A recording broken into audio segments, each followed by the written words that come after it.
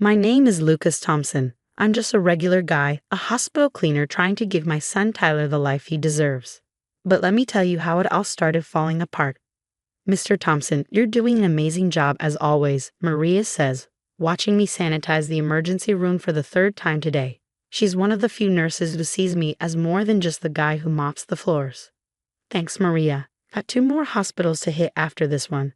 I glance at my watch. It's 2 p.m., and my shoulders ache from the morning shift at Central Hospital. But I can't stop now. The private medical center is next, followed by the night shift at Children's Hospital. You're working yourself to death, man. James, my buddy from the cleaning crew, says with a shake of his head. When's the last time you ate something? I'll grab something later, I reply. The truth is, I've been skipping meals to save every penny for Tyler's college fund. Your dedication is remarkable, Dr. Peterson comments as he passes by. Most people couldn't handle 3 shifts. His words bring me back to 15 years ago, the day Rachel dropped the bomb. I can't do this anymore, Lucas, she'd said, her suitcase already packed. Marcus can give me the life I deserve. What about Tyler? He needs his mother. Marcus Thompson is a successful businessman. Tyler will have better opportunities with us. I didn't beg her to stay. Instead, I threw myself into raising our 3-year-old son alone. Every parent-teacher conference, every baseball game, every sick day, I was there, even if it meant surviving on 2 hours of sleep between shifts. Now Tyler is 18, and those moments are what keep me going. My phone buzzes with a text from him, getting pizza with friends. Don't wait up. Stay safe, son. Love you. I reply, adding a heart emoji. Still, I can't forget what I overheard last week. Tyler telling a friend, Dad's just a janitor. The embarrassment in his voice cut deep. But I get it. What teenager wants to admit their father scrubs floors for a living? Your son's lucky to have you, Lucas, Maria says, breaking my thoughts. Sometimes I wonder if it's enough. I admit, adjusting my cleaning cart. You've saved, what, $50,000 for his college? $53,822 to be exact. I force a smile. Every overtime hour, every skipped meal, every penny I've pinched hits all in that account. James whistles. That's impressive, brother. Tyler's worth it. He's all I've got. The next day, Tyler calls, his voice bursting with excitement. I got into Columbia University, Dad. Exhausted from back-to-back shifts, my heart still soars. That's incredible, son. We need to celebrate. Actually, he hesitates. I'm having dinner with Mom and Marcus. They want to discuss my college plans. A pang of unease settles in my chest. That was the first red flag. Days later, Tyler walks into our apartment wearing a brand new Apple Watch. Look what Marcus got me, he exclaims. And he's covering my tuition. Full ride, Dad. No loans. No debt. My stomach drops. 15 years of savings of breaking my back across 3 hospitals, reduced to nothing in one gesture from Marcus Thompson. Tyler, we have the money, I say quietly. Marcus is getting me a MacBook too, and an apartment near campus, he adds, oblivious to the weight of his words. Later that week, Maria pulls me aside at Central Hospital. Lucas, Tyler was here yesterday.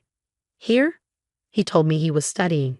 He was with Rachel and some man in a suit, touring the cardiology department. Tyler walked right past you while you were cleaning. He pretended not to see you. The mop handle creaks under my grip. That night, Tyler says, I'm having friends over. Could you, maybe not mention you're a janitor? Just say you work at the hospital. Are you ashamed of what I do? I ask.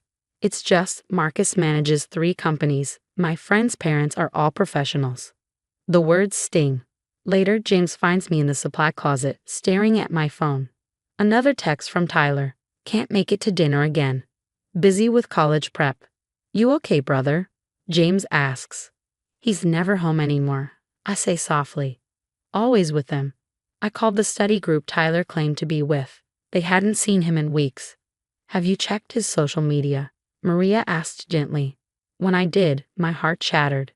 There he was, all over Rachel's Instagram. Fancy restaurants, designer stores, country clubs. Every photo featured Marcus playing the doting father, with Tyler by his side, smiling like he had everything he'd ever wanted. You shouldn't have to compete with a bank account, Maria said softly. watching me scrub the same spot on the floor for 5 minutes straight. Then came my birthday. I'd made Tyler's favorite lasagna and set the table for two. My phone buzzed. Sorry, Dad, can't make it tonight. Marcus invited me to his yacht party. Really important connections for college. Rain check. Minutes later, Rachel posted a photo.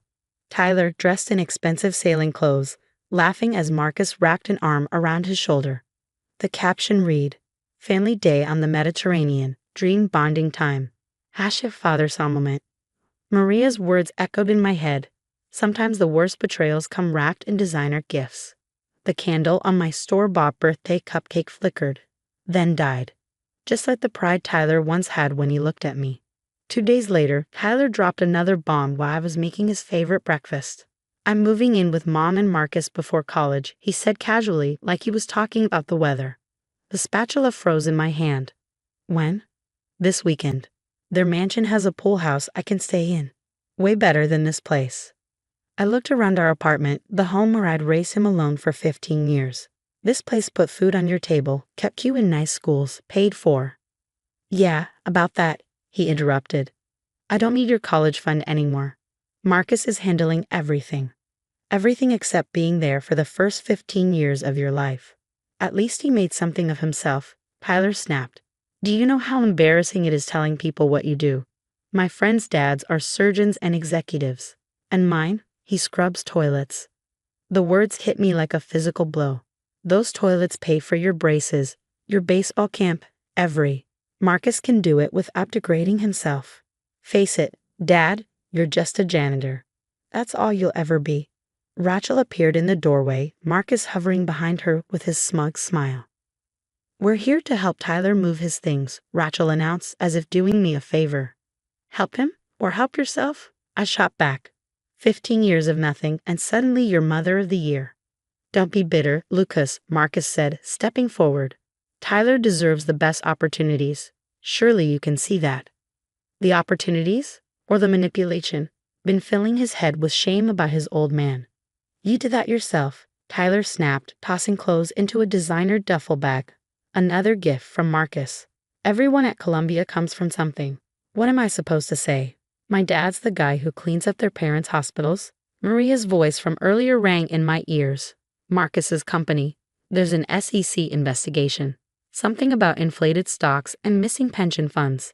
But as I watched Tyler pack, I couldn't even process the information. Son, please. We can talk about this. There's nothing to talk about, he said coldly. I'm done living like this.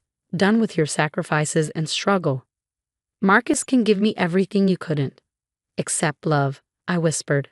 Love doesn't pay tuition, Tyler shot back. Minutes later, they were gone. I stood in Tyler's empty room, staring at the trophies I'd bought with overtime pay and the photos of us at baseball games, all left behind like trash. I collapsed at work the next day. James found me in the supply closet, my hands trembling. I can't do this anymore, I choked out, tears streaming down my face. You've done more than enough, James said firmly. For a son who didn't deserve you. Maria joined us, her eyes fierce with loyalty. Later, Dr. Peterson caught me staring at an old photo of Tyler on my phone. Lucas, he said, his voice steady. I've watched you work 3 shifts without complaint for years. How would you like to do something more? I looked up, exhausted.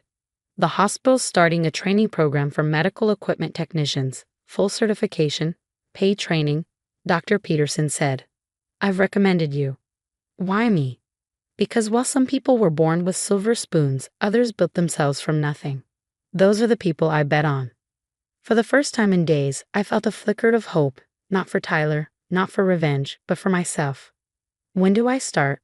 Everyone, meet our newest lead medical equipment technician. Dr. Peterson's announcement drew applause. 1 year of intense training later, I stood in a new uniform with my nameplate on the door of my office. Then my phone buzzed. Breaking news. Thompson Industries CEO arrested in massive fraud scheme. You see this. Maria rushed in, a tablet in hand. Marcus Thompson arrested this morning. SEC found millions in embezzled funds and tax fraud. James appeared with more news. That's not all. He was running a medical insurance scam through his companies.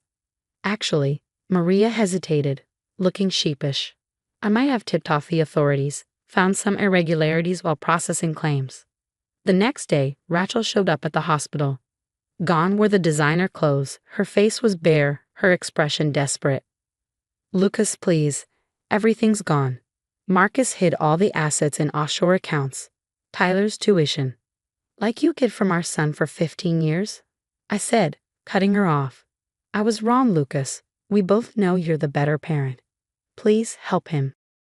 Now that your mansion's gone, get out. Weeks later, Tyler appeared in my office, with a nameplate and everything. Dad, I messed up. Columbia's threatening to drop me. I can't afford it. Why not ask Marcus? I said coldly. Oh wait, he's in prison. I was stupid, okay? I know that now, but I need help with tuition. Your savings. Gone, I said. Paid for my certification. Bought a nice car too. Even started teaching night classes at the technical school. Please, Dad. I'm working at a gas station, living in a dump with roommates. This isn't the life I'm supposed to have. No, I said, meeting his eyes. It's the life you chose, just like I chose to better myself instead of bitter myself. Now, if you'll excuse me, I have students waiting. That evening, I taught my class, sharing hard-earned lessons with eager students. My phone buzzed relentlessly, Tyler's texts growing more desperate. What happened to all your fancy friends? I finally texted back. They disappeared when Marcus's money did. Like you disappeared from my birthday dinner for a yacht party. Maria, James, and I celebrated at a restaurant I used to only dream of affording. Through the window, I spotted Tyler in a fast food uniform, heading to his night shift. Heard he's taking classes at community college now, James said. While working 3 jobs, Maria added, Karma's a sense of humor. My new students call me Mr. Thompson with respect. My colleagues value my expertise. And I've got real friends who stood by me when I was at my lowest. Last week, Tyler tried one more time. Dad, I've learned my lesson. I miss you. I sent back. Some lessons cost more than money. Some bridges stay burned. Tyler can keep his regrets. I'll keep my dignity, my true friends, and my peace of mind. What would you do if you were Lucas? Would you give Tyler one last chance after seeing him struggle through multiple jobs and community college? Or do you believe some betrayals run too deep for forgiveness? This isn't just about the college fund. It's about a son who rejected years of sacrifice and called his father's honest work shameful. Share your thoughts in the comments below. Have you experienced similar family betrayals where money changed someone you loved? How did you handle it? If this story touched you, please like and subscribe for more real stories about overcoming toxic relationships and finding strength in unexpected places. Your support helps us share important messages about self-worth, dignity, and the true meaning of family.